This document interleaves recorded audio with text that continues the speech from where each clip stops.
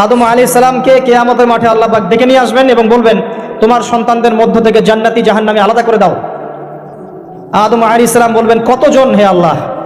আল্লাহ বলবেন, প্রতি 999 জনকে জাহান্নামের জন্য আলাদা করে দাও। বলেন নাউযুবিল্লাহ, ইন্না লিল্লাহি ওয়া ইন্না ইলাইহি রাজিউন। প্রত্যেক 999 জন মানুষ জাহান্নামে যাবে। আল্লাহ পাক আমাদেরকে হেফাজত করুন, আমিন। তবে সবচেয়ে বেশি মানুষ যারা জান্নাতে যাবে তারা এই উম্মতের মধ্যে, এটা সুখবর। সবচেয়ে বেশি মানুষ যারা জান্নাতে যাবে তারা এই উম্মতে মুহাম্মাদের মধ্যেই হবে। তারপরেও আরেকটা দুঃসংবাদ, যে এই উম্মতের মধ্যে 73টা দল হয়ে যাবে, যার মধ্যে 72 দল জাহান্নামে যাবে, একটা দল জান্নাতি। মা আলা আলাইহি ওয়া আসহাবি, আমি যার উপরে আছি, আমার সাহাবীরা যার উপরে আছেন। অতএব আমরা আমাদের আকীদা আমলগুলোকে আল্লাহ রাসূল সাল্লাল্লাহু আলাইহি ওয়াসাল্লাম এবং সাহাবীদের আকীদা আমলের সাথে মিলাই ইনশাআল্লাহ আমরা জান্নাতে যাব। আরেকটা কথা হচ্ছে, এই উম্মতের মধ্যে যারা শিরক না করে মারা যাবে, শিরকের গুনাহ না করে মারা যাবে, হয়তো অন্য বড় গুনাহ আছে, আল্লাহ চাইলে তাদের সমস্ত গুনাহকে মাফ করে জান্নাতে দিতে পারেন। সাবধান থাকবেন শিরক থেকে। আল্লাহ পাক সবাইকে শিরক থেকে মুক্ত রাখুন, আমিন। আদম আলাইহিস সালামকে দেখে তিনি সালাম দিলেন, তিনি সালামের প্রতি উত্তর দিলেন, মারহাবা জানালেন এবং এগিয়ে চললেন। দ্বিতীয় আসমানে নবী সাল্লাল্লাহু আলাইহি ওয়াসাল্লাম সাক্ষাৎ হচ্ছে দুজন নবীর সাথে। একজন ঈসা ইবনে মারইয়াম, নাম শুনেছেন? তিনি সেই নবী যিনি কে হত্যা করবেন এবং এই পৃথিবীতে তিনি আবারও ফিরে আসবেন ইনশাআল্লাহ। নেটোকে ঠেকাতে পারবে না, জিউসরা তাকে ঠেকাতে পারবে না, ইসলামের অন্যান্য যে বিরোধী শক্তি তারা তাকে ঠেকাতে পারবে না।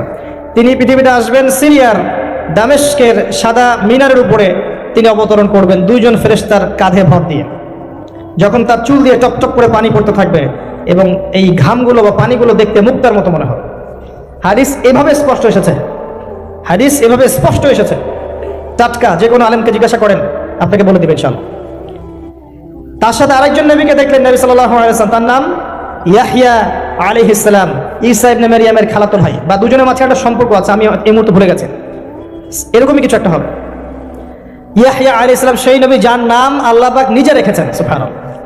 তিনি সাইয়্যিদ ছিলেন, নেতা ছিলেন, নবী ছিলেন। একইভাবে সালাম বিনিময় হলো, নবীজি এগিয়ে চললেন সাল্লাল্লাহু আলাইহি ওয়াসাল্লাম। তৃতীয় আকাশে তিনি দেখলেন আরেকজন নবী, তাকে বলা হলো তিনি হচ্ছেন ইউসুফ আলাইহিস সালাম, যাকে পুরো পৃথিবীর অর্ধেক সৌন্দর্য দেওয়া হয়েছে। আর আপনারা জানেন সূরা ইউসুফ একটা সূরা আছে, আর এই সূরা ইউসুফ জুলাইখার প্রেম কাহিনী নয়, বরং এই সূরা হচ্ছে ইউসুফ আলাইহিস সালামের সাথে তার পিতা ইয়াকুব আলাইহিস সালামের প্রেম কাহিনী। ভালো করে পড়ে দেখবেন। কিভাবে বললাম? ছেলের শোকে কাতর হয়ে বাবা কাঁদতে কাঁদতে অন্ধ হয়ে গেছেন। আপনার গার্লফ্রেন্ড কি আপনার জন্য অন্ধ হয়েছে? যখন ইউসুফ আলাইহিস সালাম একটা রুমাল পাঠালেন, মনে আছে, তার বাবার চোখে দেওয়ার জন্য, দূর থেকে, যোজন যোজন দূর থেকে তার পিতা বলছেন, আমি ইউসুফের গন্ধ পাচ্ছি। বাবার ছেলের এমন প্রেম কাহিনী আপনি কোথাও পাবেন না। এটা সূরা ইউসুফ, পড়ে দেখেন। আর ইউসুফ আলাইহিস সালামের যে চরিত্র ছিল, তার চেহারার চেয়ে চরিত্র আরো বেশি সুন্দর ছিল। তাকে জেনার অফার করা হচ্ছে, তিনি বলছেন আল্লাহকে আমি ভয় করি। আর যুবকদেরকে আমরা বলতে চাই যে যদি আপনি জেনা থেকে দূরে থাকতে পারেন, যদি শুধু জেনা থেকে দূরে থাকতে পারেন, আল্লাহ পাক আপনার যে কোনো দোয়া কবুল করবে ইনশাআল্লাহ। নিশ্চিত মৌতের হাত থেকে আল্লাহ আপনাকে বাঁচাতে পারেন যদি আপনি জেনা ছাড়তে পারেন।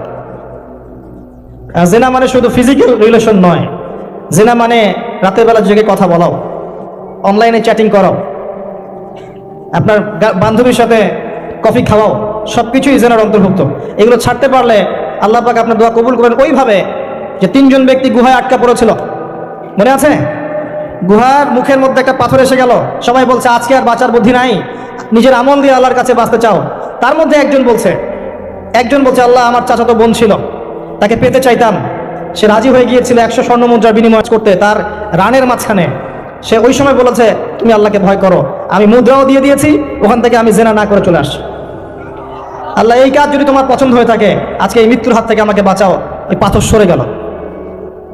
এটা দলিল দিলাম, জেনা ছাড়তে পারলে আপনার দোয়া, যে কোনো দোয়া আল্লাহ কবুল করবে ইনশাআল্লাহ। শুধু তাই নয়, আরশে আজিম আল্লাহ পাকের সবচেয়ে বড় সৃষ্টি, এর নিচে আল্লাহ পাক 7 শ্রেণীর মানুষকে ছায়া দিবেন। তার মধ্যে এক শ্রেণী হচ্ছে সেই যুবক যাকে কোনো সুন্দরী নারী আহ্বান করেছে খারাপ কাজ করার জন্য, উচ্চ বংশের, সে বলেছে আমি আল্লাহকে ভয় করি। পারবেন ইউসুফের মতো হতে? আল্লাহ পাক তৌফিক এনায়েত করুন, আমিন। আপনি জেনা থেকে দূরে থাকেন, আল্লাহ পাক আপনার ঘরে খাদিজা রাদিয়াল্লাহু আনহার মতো মেয়ে দিবে ইনশাআল্লাহ। আপনি 10টা ঘাটের পানি খেয়ে আসবেন, দেখবেন এমন বউ আল্লাহ কপালে জুড়াইছে, সে মাশাআল্লাহ 20 ঘাটের পানি খাওয়া। হ্যাঁ, কিফাউন কিরাম, আল্লাহ পাক একদম দুনিয়াতে ইকুয়ালি ডিল করেন, ইকুয়ালি ডিল করেন। আল্লাহ পাক আপনাদের প্রত্যেকের পারিবারিক জীবনটা সুখী করুন, দোয়া করি আমি। ইউসুফ আলাইহিস সালাম তারপরে এগিয়ে চললেন, প্রত্যেক আকাশেই মারহাবা মুসাফা হচ্ছে এবং সালাম হচ্ছে। চতুর্থ আকাশে নবী সাল্লাল্লাহু আলাইহি ওয়াসাল্লাম দেখছেন ইদ্রিস আলাইহিস সালাম। ইদ্রিস আলাইহিস সালামের কথা সূরা মারিয়ামের মধ্যে আছে, পড়ে দেখবেন। সালাম বিনিময় হলো, নবীজি এগিয়ে চললেন। পঞ্চম আকাশে তিনি দেখছেন হারুন আলাইহিস সালাম। কার ভাই? মুসা আলাইহিস সালামের ভাই। তিনি কিন্তু মুসা আলাইহিস সালামের সাথে ফেরাউনের সামনে গিয়ে দাওয়াত দিয়েছেন, মনে আছে? আরেকটা কথা বলি, কোরআনে দাড়ির দলিল আছে? দাড়ি বলবে নাই। কোরআনে কোথায় দাড়ির দলিল আছে বলেন তো দেখি, কে বলতে পারবেন? কঠিন প্রশ্ন, 500 টাকা পুরস্কার দেব আমার পক্ষ থেকে, জান। যদিও 500 কোনো টাকাই না, টাকার মান দিন দিন কমছে। কোন সূরায় দাড়ির কথা আছে কে বলতে পারবেন? আলেম ওলামা বাদ, তারা তো পারবেন। আমরা সিভিলিয়ানদের জিজ্ঞাসা করছি, সাধারণ জনগণ, কে পারবেন বলেন? কোন সূরায় দাড়ির কথা আছে? দাড়ি, কোরআনে একটা জায়গায় দাড়ির কথা আছে, কে বলতে পারবেন? দেখছেন, আল কোরআনের আলো ঘরে ঘরে জালো, তাই না? স্লোগান দিয়ে কাজ হবে না ভাই, প্রত্যেক ঘরে ঘরে কোরআনওয়ালা মানুষ তৈরি করতে হবে, তারপরে আলো অটোমেটিক ঘরে ঘরে জ্বলবে ইনশাআল্লাহ। আচ্ছা যাক, আমার টাকা বেঁচে গেল। সূরা তহায় আছে, কোথায় আছে? সূরা তহার মধ্যে আছে, একটা জায়গায় দাড়ির কথা আছে, সেটা হচ্ছে হারুন আলাইহিস সালামের দাড়ি। কার দাড়ি? হারুন আলাইহিস সালামের দাড়ি। মুসা আলাইহিস সালাম ফেরাউন থেকে এই যে দলবল নিয়ে পার হওয়ার পরে, বনু ইসরাইলকে নিয়ে পার হওয়ার পরে আল্লাহ পাক তাকে 40 দিন রেখেছেন তুর পাহাড়, মনে আছে? তুর পাহাড়ে তিনি গেছেন, এই ফাঁকে বনু ইসরাইল শিরক করা শুরু করেছে, এই যে বাছুর পূজা শুরু করেছে, মনে আছে? পড়েন নাই কখনো? বাছুর পূজা শুরু করেছে। মুসা আলাইহিস সালাম তাওরাত নিয়ে আসছেন, এসে দেখছেন যে কওমের এই অবস্থা, তিনি রাগে তাওরাত ছুঁড়ে মারলেন। তিনি প্রচন্ড ব্যক্তিত্ব সম্পন্ন মানুষ ছিলেন, গায়রতওয়ালা, রাগে তাওরাত ছুঁড়ে মারলেন। এবং এসে এই যে হারুন আলাইহিস সালাম যাকে রেখে গিয়েছিলেন যে কওমকে দেখাশোনা করবে, তার দাড়ি চিপে ধরলেন। তুমি থাকতে এই অবস্থায় গেল কিভাবে? এক হাতে দাড়ি, এক হাতে চুল চেপে ধর, তুমি থাকতে এই অবস্থা হলো কিভাবে? সূরা তহা পড়ে দেখেন। তখন হারুন আলাইহিস সালাম বলছেন যে হে আমার ভাই, আমার দাড়ি আর চুল ধরো না, এই একটা জায়গায় আছে। তার মানে দাড়ি পাওয়া যাচ্ছে কোরআনে। কিছু মানুষ তো এখন বলে কোরআন মানি হাদিস মানি না, তাই না? ওই অজুহাত দিয়ে এখন দাড়ি রাখে না, বলে কোরআনে তো দাড়ির কথা নাই, রাখবো কেন? সুবহানাল্লাহ। আপনারাও কি এটা বিশ্বাস করেন যে আমরা শুধু কোরআন মানবো, হাদিস মানবো না? স্পষ্ট কুফরি, স্পষ্ট কুফরি। কোরআন এবং হাদিস একসাথে মিলেই শরিয়া। শুধু কোরআন মানি হাদিস মানি না, এটা বলতে গিয়ে সে বোঝাচ্ছে সে আসলে কোরআনও মানে না। কোরআনে আল্লাহ বলেছেন ওয়ামা আতাকুমুর রাসূল ফাখুযুহ, রাসূল যা দিয়েছেন নিয়ে নাও, ওয়ামা নাহাকুম আনহু ফানতাহু, যা থেকে নিষেধ করেছেন দূরে থাকো। তাহলে সুন্নাহ না মানলে আপনি কিভাবে কোরআন মানবেন? কথা কি বুঝতে পারছেন? আসেন, হারুন আলাইহিস সালাম সালাম বিনিময় হলো, চললেন। তারপরে ষষ্ঠ আসমানে গিয়ে দেখলেন মুসা আলাইহিস সালাম, সেই যে ব্যক্তি। সালাম বিনিময় হলো, চলে যাচ্ছেন, আর মুসা আলাইহিস সালাম কাঁদছেন, কান্না করছেন। জিজ্ঞাসা করা হলো কেন কান্না করছেন? তিনি বললেন আমার পরে একজন যুবক নবী হবে যার উম্মত আমার চেয়ে বেশি জান্নাতে যাবে, এটা চিন্তা করে আমি কান্না করছি। তিনি হচ্ছেন মুহাম্মদুর রাসূলুল্লাহ সাল্লাল্লাহু আলাইহি ওয়াসাল্লাম। তারপরে গিয়ে চললেন সপ্তম আসমান। সেখানে সপ্তম আসমান মানে 7 নম্বর মহাবিশ্ব, সেখানে গিয়ে দেখলেন যে বাইতুল মামুর নামে একটা জায়গা আছে, ঠিক কাবা ঘরের একদম এক্স্যাক্টলি উপরে, একদম সোজা উপরে বাইতুল মামুর নামে একটা জায়গা আছে। এটা হচ্ছে ফেরেশতাদের ইবাদতের জায়গা, তারা সেখানে তাওয়াফ করেন। প্রতিদিন 70,000 ফেরেশতা, প্রতি মুহূর্তে 70,000 ফেরেশতা এখানে তাওয়াফ করে। এবং যার একবার তাওয়াফের সুযোগ হয়েছে সে আর কখনো সুযোগ পাবে না, শেষ। আল্লাহ পাকের ফেরেশতাদের সংখ্যা চিন্তা করেন তাহলে। এবার সেখানকার দেয়ালে হেলান দিয়ে আছেন ইব্রাহিম আলাইহিস সালাম, তার চেহারা একদম মুহাম্মদ সাল্লাল্লাহু আলাইহি ওয়াসাল্লামের মতো, এবং অনেক ছোট ছোট বাচ্চা তার সামনে খেলা করছে। ওই যে বাচ্চা কোরবানির কথা মনে আছে? যেসব মুমিন মুসলিমদের ছোট ছোট বাচ্চা কাচ্চারা নাবালক অবস্থায় মারা যায় না, তাদের আত্মাগুলো সেখানে চলে যায়, তারা সেখানে খেলা করতে থাকে। যারা পিতা পায়নি, যখন পিতার কথা মনে হয় খেলতে খেলতে, তখন তার ইব্রাহিম আলাইহিস সালামের কাছে দৌড় দেয়। মায়ের কথা মনে হলে তার স্ত্রীর কাছে দৌড় দেয়। আমাদের যারা সন্তান 2-1 মারা গেছে, এটা আমাদের পরকালে অ্যাসেট, পরকালের সম্পত্তি। কিয়ামতের মাঠে ওই ছেলে ওই মেয়ে আপনার হাত ধরবে, আঙ্গুল ধরে ফেলবে, ফেলে বলবে আল্লাহ আমার বাবাকে মাফ করে দাও, না হলে আমি জান্নাতে যাব না। তাই বেশি বেশি বাচ্চা কাচ্চা নিতে হয় সামর্থ্য অনুযায়ী, আর সামর্থ্য আল্লাহ দিবেন। যখন আপনি 4টা 5টা এরকম করে বাচ্চা কাচ্চা নিবেন, 2-1টা বাচ্চা মারা যেতে পারে, এগুলো আপনার পরকালের সম্পত্তি। এখন তো আমাদের জেনারেশনকে রেস্ট্রিক্টেড করার জন্য 2টো সন্তানের বেশি নয়, একটি হলে ভালো হয়। সুবহানাল্লাহ। মুসলিমদেরকে চতুর্দিক থেকে চাপে ফেলা, আর চতুর্দিক থেকে গলা চিপে ধরা। জনশক্তিতে রূপান্তরিত হলে কোনো সমস্যা আছে? চাইনিজদের জনসংখ্যা কত? কত? চায়নার জনসংখ্যা কত? ম্যাক্সিমাম জনগণকে তারা জনশক্তিতে রূপান্তরিত করেছে। এই আপনার পশ্চিমারা ন্যাটো ম্যাটো যত কিছু আছে, চায়নার এগেনস্টে কথা বলুক দেখি কত বড় সাহস। সারা বিশ্বকে নিয়ন্ত্রণ করে ফেলছে ওরা এখন। কই তারা তো আর তারা যখন দেখেছে যে আমাদের আর প্রয়োজন নাই, তখন তারা একটা লস দিয়েছে ওদের কান্ট্রিতে। এটা মুসলিমদের জন্য প্রযোজ্য নয়। যাই হোক, সন্ততি ওখানে গিয়ে মারা গেলে আপনার অ্যাসেট। এরপরে আসেন যারা ইচ্ছা করে সন্তান হত্যা করছে, গর্ভের সন্তান যখন জানছে যে এটা মেয়ে, তখন তাকে ফেলে দিচ্ছে।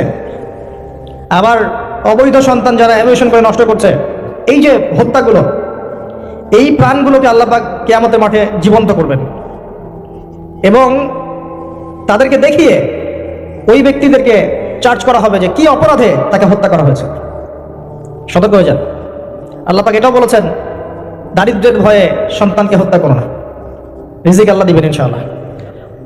এই সমুদ্রের কোটি কোটি মাছকে আল্লাহ পাক খাওয়াতে পারলে আপনাকে আমাকেও খাওয়াতে পারবে ইনশাআল্লাহ, যদি না আমরা আমাদের রিজিকটা সংকুচিত করে ফেলি। মানুষের রিজিক কেড়ে খাচ্ছে সুদের মধ্য দিয়ে। মানুষের রিজিক কেড়ে খাচ্ছে সুদের মধ্য দিয়ে, অন্য কোনো বিষয় নাই, সুদ, রিবা। আসেন, সপ্তম আসমানে এই অবস্থা। এরপরে নবী সাল্লাল্লাহু আলাইহি ওয়াসাল্লামকে আরো সামনে নিয়ে যাওয়া হলো। এই জায়গার নাম সিদরাতুল মুনতাহা। কি নাম? সর্বশেষ জায়গা, যেখানে জিবরাইল আলাইহিস সালামও এর উপরে আর যেতে পারেন না। যদিও বা জিবরাইল আলাইহিস সালাম ফেরেশতাদের সর্দার, তিনিও যেতে পারেন না। তারপরে আরেকটা জগৎ আছে, ওই জগৎ থেকে আদেশ এই সিদরাতুল মুনতাহা পর্যন্ত আসে, এখান থেকে কালেক্ট করে নিচে নামানো হয়। আবার এখান থেকে কোনো আদেশ বা কোনো আদেশ না, এখান থেকে কোনো ফলাফল মুনতাহা পর্যন্ত নিয়ে যাওয়া হয়, সেখান থেকে উপরে তুলে নেওয়া হয়। ওটা একটা বর্ডার, কথা বুঝতে পারছেন? এটা একটা বর্ডার, নো ম্যানস ল্যান্ড। এই জায়গায় গিয়ে জিবরাইল আলাইহিস সালাম নিজের আকৃতিতে আসলেন। 600টা পাখা। কতগুলো পাখা? 600 পাখা। নবী সাল্লাল্লাহু আলাইহি ওয়াসাল্লাম বিব্রত বোধ করছিলেন, তিনি আবার আগের রূপে ফিরে আসলেন। এই জায়গায় বাহন চেঞ্জ করা হলো। এখানে নবী সাল্লাল্লাহু আলাইহি ওয়াসাল্লাম বলেছেন, আমি সিদরাতুল মুনতাহায় এমন কিছু রং দেখেছি, এত অপরূপ সৌন্দর্য দেখেছি, যেটা কোনো মানুষের পক্ষে ভাষায় প্রকাশ করা সম্ভব না। এটা শেষ সীমানা, এবং এটা একটা বড়াই গাছের মতো দেখতে। সরি, বড়ই গাছ, বড়াই গাছ না, আসলে বড়ই গাছের, কুল গাছের মতো দেখতে। এরপর আরেকটা বাহন আনা হলো, এটা বাহন চেঞ্জ করা হলো। এবার তিনি আরো ঊর্ধ্বে উঠে যাচ্ছেন, উঠছেন।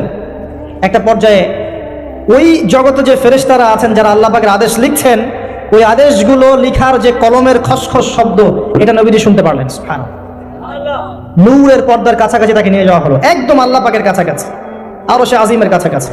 এখানে আল্লাহ রাব্বুল আলামিন সরাসরি তার সাথে কথা বললেন, যা ওহী করার তা করলেন, এবং স্পেশালি 3টা গিফট বা হাদিয়া দিলেন। কয়টা? 1 নাম্বার 50 ওয়াক্ত নামাজ। কত ওয়াক্ত? 2 নাম্বার সূরা বাকারার শেষের 3 আয়াত, সূরা বাকারার শেষের 3 আয়াত। আর 3 নাম্বার হচ্ছে একটা ঘোষণা, হে নবী মুহাম্মদ সাল্লাল্লাহু আলাইহি ওয়াসাল্লাম, তোমার উম্মতের কোনো ব্যক্তি যদি আমার সাথে শিরক না করে মারা যায়, আমি তাকে জান্নাতে দিয়ে দিব ইনশাআল্লাহ। আজকে এই মেরাজুন নবী নিয়ে অনেক আলোচনা হবে, কিন্তু আলোচনা হওয়ার পরে আমরা যদি এই নামাজের পাবন না হতে পারি, সূরা বাকারার শিক্ষা নিতে না পারি, বা শেষের আয়াত মুখস্থ করতে না পারি, শিরক ছাড়তে না পারি, আদতে আলোচনার কোনো ফায়দা নাই। কথা বুঝতে পারছেন? এখানকার 3টা মৌলিক হাদিয়া তিনি নিয়ে আসছেন। এবার নিচে নামছেন, ওই যে 6ষ্ঠ আসমানে অপেক্ষা করছেন কে? মূসা আলাইহিস সালাম। কোথায় যাচ্ছেন? এই কি হলো আল্লাহর সাথে কথাবার্তা, এই হয়েছে। কি দিয়েছে আপনাকে? 50 ওয়াক্ত নামাজ। বলেন কি 50 ওয়াক্ত নামাজ? আমার উম্মতে 2 ওয়াক্ত নামাজ ছিল, পড়তে পারে নাই। পারবেন আপনার উম্মত? আপনি ফিরে যান, নামাজ কমিয়ে নিয়ে আসেন। লজ্জাবোধ করলেন নবী সাল্লাল্লাহু আলাইহি ওয়াসাল্লাম, তাও ফিরে গেলেন। 50 থেকে 45, 45 থেকে 40, 40 থেকে 35, করতে করতে করতে করতে 5। এবারও মূসা আলাইহিস সালাম বলছেন, ফিরে যান, পারবেন আপনার উম্মত? মূসা আলাইহিস সালাম কত দূরদর্শী ছিলেন দেখেন। পারে উম্মত? ম্যাক্সিমামই তো পারে না। কথা ঠিক আছে না? ম্যাক্সিমাম উম্মতই কিন্তু পারছে না 5 ওয়াক্ত নামাজ পড়তে। মুসা আলাইহিস সালামের দূরদর্শিতা ঠিকই ছিল, পারবেন আপনার উম্মত। তিনি লজ্জাবোধ করলেন। আল্লাহ পাক বললেন, তোমার উম্মতের জন্য 5 ওয়াক্তই ফিক্স করলাম, কিন্তু যদি 5 ওয়াক্ত তারা ঠিকঠাক মতো আদায় করে 50-এর নেকি দিয়ে দিব ইনশাআল্লাহ। এবং আরেকটা ঘোষণা দিলেন, সেটা হচ্ছে যে তোমার উম্মতের যে কোনো ভালো কাজকে 10 দিয়ে গুণ করে দেওয়া হবে। একটা নেকির কাজ করবেন 10 গুণ বৃদ্ধি করা হবে, কিন্তু একটা গুনাহ করলে 10 দিয়ে গুণ করা হবে না, একই থেকে যাবে। এবং আপনার উম্মতের কোনো ব্যক্তি যদি কবিরা গুনাহ ছেড়ে দেয়, কবিরা গুনাহ তো বোঝেন, বড় বড় গুনাহ ছেড়ে দেয়, তার সমস্ত সগীরা গুনাহ মাফ করে দেওয়া হবে। আর কি চাই? এবার নবী সাল্লাল্লাহু আলাইহি ওয়াসাল্লাম ফিরে আসছেন। এবার শোনেন আমাদের শিক্ষা। ফিরে আসছেন, আসার আগে তাকে জান্নাত জাহান্নাম দেখানো হয়েছে। নবী সাল্লাল্লাহু আলাইহি ওয়াসাল্লাম যে বিষয়গুলো দেখেছেন, এর মধ্যে যেগুলো হাদিসে এসেছে আমি খুব সংক্ষিপ্ত আকারে বলছি, এবং এখান থেকে আমাদের শিক্ষা নেবেন। মনে রাখবেন, এখন যেগুলো বলছে এগুলো এই উম্মতের জন্য খাস, আমাদের উম্মতে মুহাম্মাদের জন্য খাস। তিনি আসছেন, বারজাখের জগতে হোক আর জাহান্নামের শাস্তি হোক। একজন ফেরেশতাকে দেখলেন, তার মুখে হাসি নাই। কি নাই? জিবরাইল আলাইহিস সালামের সাথে কথোপকথন হচ্ছে, তিনি নবীজিকে সালাম দিলেন, সালামের উত্তর দেওয়া হলো, কিন্তু মুখে হাসি নাই। বাকি সবাই তার সাথে হাসি মুখে সাক্ষাৎ করেছেন, এই ফেরেশতা বাদ দিয়ে। তিনি জিজ্ঞাসা করছেন জিবরিল আলাইহিস সালাম, তার মুখে হাসি নাই কেন? তাকে বলা হলো, এই ফেরেশতার নাম হচ্ছে মালিক। কি নাম? সূরা যুখরুফের মধ্যে আছে, তার নাম হচ্ছে মালিক। আল্লাহ পাক তাকে জাহান্নামের প্রহরী বানিয়েছেন, জাহান্নামের চিফ অফ কমান্ড মালিক। যখন থেকে আল্লাহ পাক তাকে এই দায়িত্ব দিয়েছেন, তার মুখের হাসি উঠে গেছে। আল্লাহর কাছে পারমিশন চাওয়া হচ্ছে, জাহান্নাম দেখতে চাই। আল্লাহ পাক দেখার পারমিশন দিলেন। নবী সাল্লাল্লাহু আলাইহি ওয়াসাল্লাম দেখে বললেন, সেখানকার বেশিরভাগ অধিবাসী হচ্ছেন নারী জাতি, এবং তিনি বললেন জাহান্নামে যাবে উদ্ধত এবং অহংকারীরা। জান্নাত দেখতে চাই, দেখানো হলো। জান্নাতের ডিটেলস বর্ণনা নবীজি দিলেন ফিরে এসে। এমনকি উমর রাদিয়াল্লাহু আনহুর একটা রুম, একটা কক্ষ, একটা গোরফাও দেখে এসেছেন। ঢুকতে চেয়েছেন, ঢোকেন নাই। পরে বলেছেন, ওমর, আমি তোমার ব্যক্তিত্বের কথা চিন্তা করে সেখানে ঢুকিনি, দেখেছি জান্নাতে তোমার ঘর আছে। একটা আওয়াজ শুনেছেন, মিষ্টি কণ্ঠস্বর। কিসের কণ্ঠস্বর? মিষ্টি কণ্ঠস্বর। তাকে বলা হচ্ছে, এই কণ্ঠস্বর হচ্ছে বেলাল রাদিয়াল্লাহু আনহুর আযানের কণ্ঠস্বর। খরম, খরম জুতা আছে না, খরম, এর খটখট আওয়াজ শুনেছেন। নবীজি জিজ্ঞাসা করছেন, কার? বলা হচ্ছে এটা বেলাল রাদিয়াল্লাহু আনহুর। বেলাল রাদিয়াল্লাহু আনহুকে বলা হলো, আপনি কি এমন আমল করেন? হে বেলাল, তুমি কি এমন আমল করো যার কারণে এই মর্তবা হচ্ছে? যখনই জান্নাতে যাই আমাকে দেখানো হয়, দেখি তুমি, তোমার পায়ের পদধ্বনি সামনে সামনে আছে। তখন বললেন, ইয়া রাসূলুল্লাহ, আমি তো আসলে এক্সট্রাঅর্ডিনারি কোনো আমল করি না, কিন্তু আপনারা যা করেন তাই করি। কিন্তু যখনই আমি ওযু করি, আমার ওযু ছুটে গেলে আমি ওযু করি, আর ওযু করেই আমি 2 রাকাত নফল সালাত করি, তাহিয়াতুল ওযু, এতটুকু কাজ করি। নবীজি বলেন, এটাই সেই কাজ যার কারণে তোমাকে জান্নাতের এই মর্তবা দেওয়া হয়েছে। নবীজি আসছেন, দেখানো হচ্ছে। এবার শোনেন, দেখানো হচ্ছে একদল মানুষ যাদের আঙ্গুলগুলো লম্বা লম্বা, তামার তামার লম্বা নখর। নখর বোঝেন? নখর। গাল এভাবে হ্যাঁচড়াচ্ছে, গাল, নিজের গাল নিজে হাঁচড়াচ্ছে, এবং নিজের দেহ থেকে গোশত তুলে ফেলছে, ভক্ষণ করছে। নবীজি জিজ্ঞাসা করলেন সাল্লাল্লাহু আলাইহি ওয়াসাল্লাম, এরা কারা? কি কারণে এদের শাস্তি হচ্ছে? তাকে বলা হলো, এরা আপনার উম্মতের সেই সব ব্যক্তি যারা সবসময় গীবত আর সমালোচনায় ব্যস্ত থাকে। শিক্ষা নিয়ে নেন, আমার মনে হয় না আমার কিছু বলার প্রয়োজন আছে। এরা আপনার উম্মতের সেই সব ব্যক্তি যারা আপোষে গীবত, অপবাদ এবং সমালোচনায় ব্যস্ত থাকতো। তার মানে এই উম্মতের একটা বড় সমস্যা হবে গীবত। এটা কিন্তু দেখে এসেছেন নবীজি, ফিউচার, তাই না? এটা বারজাখের শাস্তি চলছে, এটা অন্য একটা জগৎ যেটাকে আপনি এখানকার সময় স্থানকাল দিয়ে ব্যাখ্যা করতে পারবেন না। এটা টাইম ট্রাভেলিং এর মতো। নবীজি আসছেন সাল্লাল্লাহু আলাইহি ওয়াসাল্লাম, দেখছেন, listen to me very carefully. এবার নবীজি দেখছেন এক শ্রেণীর মানুষ, পেট এইরকম ফোলা, অট্টালিকার মতো পেট ফোলা, আর ভিতরে সাপ কিলবিল করছে, এবং এদেরকে রক্তের নদীতে ফেলে মাথাটা ফাটিয়ে দেওয়া হচ্ছে। নবী জিজ্ঞাসা করলেন সাল্লাল্লাহু আলাইহি ওয়াসাল্লাম, এরা কারা? মর্মান্তিক শাস্তি দেওয়া হচ্ছে, এরা কারা? এরকম শাস্তি দেওয়া হচ্ছে, আপনি দেখলে আপনার কেমন লাগবে? নবীজিকে বলা হচ্ছে সাল্লাল্লাহু আলাইহি ওয়াসাল্লাম, এরা আপনার উম্মতের এই সব ব্যক্তি যারা ছিল সুদখোর, রিবাখোর। মানে এই উম্মতের অন্যতম বড় সমস্যা হবে রিবা, যেটা আমি বলেছি, প্রতিটা সেক্টরে রিবা। সবচেয়ে নিম্ন পাপ নিজের মায়ের সাথে জেনা করা, সবচেয়ে উচ্চ পাপ আল্লাহ এবং তার রাসূলের সাথে যুদ্ধ করা, এটা হলো সুদ। এবং এর বাস্তবতা হচ্ছে এই, ধনী দিন দিন ধনী হবে, গরিব দিন দিন গরিব হবে, এটা বাস্তবতা। রক্ত চুষে খাওয়া হয়, এই কারণে রক্তের নদীতে ফেলা হয়েছে। এবং সাপ খেয়েছে, তারা সাপ খেয়ে পেট ফুলিয়ে ফেলেছে। আমার মনে হয় না ব্যাখ্যা করার প্রয়োজন আছে। আর একটা হাদিস আগেই বলেছি, যে দেয়, যে নেয়, যে সাক্ষী থাকে, যে লিখে রাখে, সবাইকে সমানভাবে লানত করেছেন নবী সাল্লাল্লাহু আলাইহি ওয়াসাল্লাম। নবীর লানত নিয়ে হাউজে কাউসারের পানি কোশ্চিন কালো পাবেন না, কবরের উত্তর দিতে পারবেন না। এমনকি নবী সাল্লাল্লাহু আলাইহি ওয়াসাল্লামের সুপারিশ আপনার কপালে নাও জুটতে পারে, সতর্ক হয়ে যান। না খেয়ে থাকেন, সুদ খায়েন না। না খেতে খেতে না খেয়ে মারা যান, তাও সুদ খায়েন না। আর যদি আপনি আল্লাহর জন্য ছাড়তে পারেন, আল্লাহর জন্য ছেড়ে দেন, আল্লাহ পাক আপনাকে বেহিসাব রিজিক দেবে ইনশাআল্লাহ। যাররা পরিমাণ সন্দেহ করবেন না যে আল্লাহ কি দিবেন না দিবেন না, আল্লাহ পাক অবশ্যই দিবেন ইনশাআল্লাহ। ওয়া মান ইয়াতাওয়াক্কাল আলাল্লাহ ফাহুয়া হাসবুহ, যে আল্লাহর উপর তাওয়াক্কুল করে আল্লাহ পাক একাই তার জন্য যথেষ্ট। আল্লাহ পাক যথেষ্ট। ইয়ারযুকু মান ইয়াশা বিগাইরি হিসাব, আল্লাহ পাক বেহিসাব রিজিক দেন যাকে চান। মিন হাইসু লা ইয়াহতাসিব, এমন উৎস থেকে রিজিক দিবেন যে সে কল্পনা করে নাই। ছেড়ে দেন। কিন্তু বিশ্বের শুরু থেকে নিচ পর্যন্ত রিবা দিয়ে ভর্তি। একটা ছোট্ট গ্রামে যাবেন, দেখবেন একাধিক সুদী এনজিও কাজ করছে। এখন মা বোনরাও খুব বেশি সুদ খায়, ব্যাংকের মধ্য দিয়ে, সমিতির মধ্য দিয়ে, এইটা ওইটা ছল চাতুরি ঘুরিয়ে ফিরে কতভাবে যে খাওয়া হয় আল্লাহ ভালো জানেন। আল্লাহ পাক আমাদেরকে এই মহামারী থেকে হেফাজত করুন। সবচেয়ে বড় মহামারী চলছে বিশ্বে, এই ইকোনমিক মহামারী, রিবা কেন্দ্রিক মহামারী। এটা মুসলিমের ইমান আমল সব ধ্বংস করে দিয়েছে। আসেন, তিনি আসছেন, দেখলেন এক শ্রেণীর মানুষ আগুন, বড় বড় আগুনের দলা, এগুলো মুখে ঢুকাচ্ছে, পিছনের রাস্তা দিয়ে বের হয়ে যাচ্ছে। নাউযুবিল্লাহ পড়ি আমরা। জিজ্ঞেস করা হচ্ছে, কারা এরা? মর্মান্তিক শাস্তি হচ্ছে। নবী সাল্লাল্লাহু আলাইহি ওয়াসাল্লামকে বলা হলো, এরা আপনার উম্মতের সেই সব ব্যক্তি, listen to me very carefully, এরা আপনার উম্মতের সেই সব ব্যক্তি যারা ইয়েতিমদের মাল আত্মসাৎ করে খেবে। আমার ব্যাখ্যা করার কোনো প্রয়োজন নাই, আপনারা সবাই শিক্ষিত মানুষ। ইতিমের মাল আত্মসাৎ করলে যদি এই শাস্তি হয়, জনগণের মাল আত্মসাৎ করলে কি হতে পারে চিন্তা করে দেখেন। কি হতে পারে? এটা মানুষের হক, আল্লাহর কাছে ক্ষমা পাওয়া যাবে না, মানুষকে দিতে হবে। আরো এগিয়ে আসলেন, তিনি দেখছেন, এবার বলতে গিয়ে আমার বুক কাঁপছে। দেখলেন এক শ্রেণীর মানুষ, জিব্বাগুলোকে টানা হচ্ছে, আগুনের কেচি দিয়ে কেটে দেওয়া হচ্ছে। আবার জিব্বা জোড়া লাগছে, আবার কেটে দেওয়া হচ্ছে, চলতে আছে অনবরত, কন্টিনিউয়াস। আল্লাহর কাছে কায়মন বাক্যে দোয়া করি, এই সময় দোয়া কবুল হয়। আল্লাহ পাক যেন দোয়া আমাদের কবুল করেন। আল্লাহ পাক যেন আমাকে এবং আপনাদেরকে এদের অন্তর্ভুক্ত না করেন। জিজ্ঞেস করা হলো, এরা কারা? নবী সাল্লাল্লাহু আলাইহি ওয়াসাল্লামকে বলা হচ্ছে, এরা আপনার উম্মতের সেই সব ব্যক্তি যারা ছিল বক্তা, ওয়াইজ, যারা অনেক বক্তব্য করতো, নিজে আমল করতো না।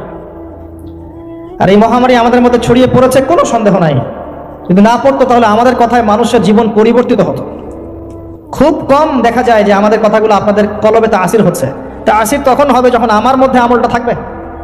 আর এখন তো আমরা ওয়াজ মাহফিলে প্যান্ডেলকে বানিয়েছি পলিটিক্যাল প্যান্ডেল, কোনো কোনো ক্ষেত্রে বানিয়েছি ভোট চাওয়ার প্যান্ডেল, কোনো ক্ষেত্রে বানিয়েছি যে জিকিরের নামে যাবতীয় বেদাতি কারবার হবে।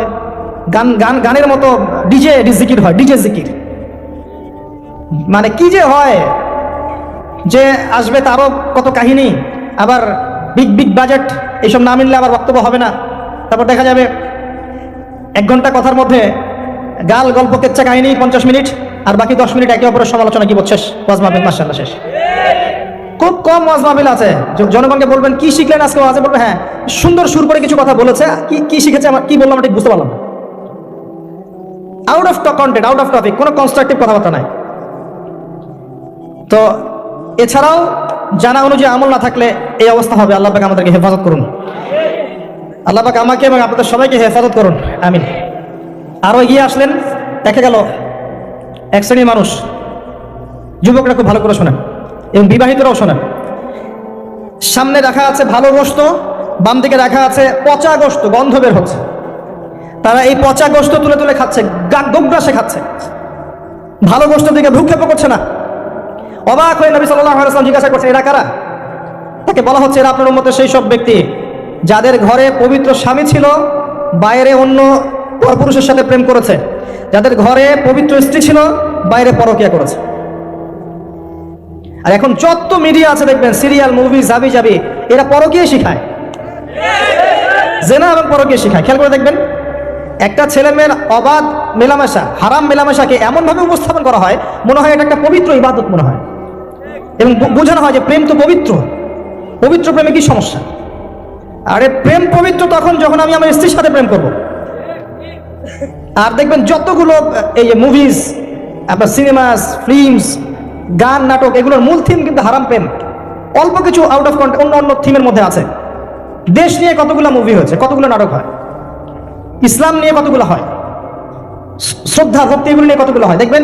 আর এই যে অন্য কান্ট্রির যে সংস্কৃতিগুলো ঢুকেছে, এগুলোর মূল থিম দেখবেন পরকীয়া করাচ্ছে, পরকীয়া শেখায়, বেহাপনা শেখায়, কিভাবে শাশুড়ির সাথে ঝগড়া করতে হবে, কিভাবে বউ রেখে আরেকটা প্রেম করতে হবে, বউকে কেমন করে ব্লাফ দেওয়া যায়, এদিকে স্বামীরা ব্লাফ কেমন করে দেওয়া যায়, এগুলোই শেখায়। এবং অনেক ক্ষেত্রে দেখা যায় তাদের দেশের মানুষ এগুলোর প্রতিবাদ করছে, আর আমাদের মা বোনরা এগুলো দিব্যি দেখছে, ডেইলি রুটিন যে 3-4 ঘন্টা এগুলো দেখতেই হবে। বাঘের সাবন থেকে আপনি হাড্ডি গোস্ত নিয়ে আসতে পারবেন, এইসব মেয়েদের হাত থেকে রিমোট নিতে পারবেন না। এরপরেও দেখবেন আপনি আবার নগ্ন ফিল্ম, পর্নোগ্রাফি আছে না, এগুলো আবার ফ্রি অ্যাক্সেস, আপনি চাইলে ইন্টারনেটে ঢুকবেন, দেখতে পারবেন। এটা কিন্তু আমরা রাষ্ট্রীয়ভাবে বন্ধ করতে পারতাম, যে আমার দেশে কোনো পর্ন সাইট চলবে না, কোনো পর্ন সাইট চলবে না। পর্নোগ্রাফি একমাত্র কারণ, সমস্ত কারণের সবচেয়ে বড় কারণ, বাকি কারণগুলো আছে, সবচেয়ে বড় কারণ, এর কারণে ধর্ষণ বাড়বে। যত বেশি পর্নোগ্রাফি প্রচলন ঘটবে তত বেশি ধর্ষণ বাড়বে। কারণ পর্ন দেখতে দেখতে মানুষের ভিতরটাকে পশু বানিয়ে ফেলা হয়, এবং এই পশু সুযোগ পেলেই একটা মেয়েকে ধর্ষণ করবে। হ্যাঁ, এর ভিতর থেকে বাইরে মনে হচ্ছে কোটটাই স্যুট পরে আছি, জুব্বা টুব্বা পরে আছি, ভিতরটা পশু বানিয়ে ফেলা হয়। এবং দেখবেন ফাঁক পেলে মেয়েকে ধর্ষণ করবে, ফাঁক পেলে বাচ্চাকে ধর্ষণ করবে, প্রাইভেট পড়াতে গিয়ে ছাত্রীকে ধর্ষণ করবে, চাকরি ক্ষেত্রে মেয়েকে ধর্ষণ করবে। দেখবেন এই কাজগুলো হবে, সুযোগ পেলেই ধর্ষণ করবে, কারণ ইন্টারনালি সে বিস্ট হয়ে গেছে, জানোয়ার। কিভাবে হয়েছে? ওই পর্ন দেখতে দেখতে। যারা এটাতে এডিক্টেড, তখন মনে হয় যে জগৎটা মনে হয় এমনই, একটা মেয়ের দিকে সে আর শ্রদ্ধা, সম্মান, ভালোবাসা দৃষ্টিতে দেখতে পারবে না। মেয়ের দিকে তাকালেই মনে হবে গোষ্ঠের টুকরা, খালি ভক্ষণ করতে হবে। হ্যাঁ, মাইন্ডসেটটা চেঞ্জ করে দিবে আপনার। মানে আমি আপনাকে বলি, পবিত্র ভালোবাসাটাকে যৌনতা দিয়ে ট্রান্সফার করা হয়েছে এই বিশ্বে। ভালোবাসা একটা ডিভাইন জিনিস, আল্লাহর পক্ষ থেকে আসে, ডিভাইন একটা জিনিস, অলৌকিক। মানে যখনই আপনি দেখবেন কাবিন হবে এবং আপনি কালিমা পড়ানো হচ্ছে, আপনি বলছেন কবুল, ইমিডিয়েটলি আপনি ফিল করবেন অপরিচিত একটা মেয়ে, আপনি যাকে দেখেন নাই, বাবা মা বিয়ে ঠিক করেছে, আল্লাহর পক্ষ থেকে ডিভাইন একটা ভালোবাসা চলে আসবে, মায়া, একটা মহব্বত, রহমত। এটা তারা ফিল করতে পারবে যারা পর্ন এডিক্টেড নয়। যারা পর্ন এডিক্টেড, দেখবেন ওই স্ত্রীকে তার ভালো লাগবে না, তার মনে হবে এর চেয়ে ওই মেয়েটা সুন্দর, তার চেয়ে ওই মেয়েটা সুন্দর, তার চেয়ে ওই মেয়েটা সুন্দর, কারণ তার মাথাটা এরকম বিক্ষিপ্ত, পাশবিক। এবং ম্যারিড লাইফেও সে দেখবেন স্ত্রীকে স্যাটিসফাই করতে পারবে না, নিজের উপর জুলুম করতে করতে নিজের সব যৌন ক্ষমতা নষ্ট করে ফেলবে। আর একাধিক বিয়ে তো অনেক দূরের কথা, একটাই তার কাছে অনেক ভারী মনে হবে। পরে এসব ট্রিটমেন্ট করে কোনো লাভ হবে না। আল্লাহর দেওয়া সম্পদ নষ্ট করলে ট্রিটমেন্ট দিয়ে আসলে কোনো কাজ হয় না। তো আমি যেটা বলতে চাচ্ছিলাম, এই পর্নোগ্রাফি দিয়েই ধর্ষণ বাড়ছে। এটাকে বন্ধ না করতে পারলে আপনি পারবেন না। এর উপরেও আছে আবার ফাঁকফোকর, আইনের ফাঁকফোকর। ধর্ষক সবার বিচার হবে, এটা মেনে নিয়ে দুষ্কর। এখন অনেকেই বেরিয়ে যায়, অনেকেই ফাঁকফোকর পেয়ে যায়। সব মিলিয়ে এতে করে সামাজিক কাঠামো নষ্ট হচ্ছে।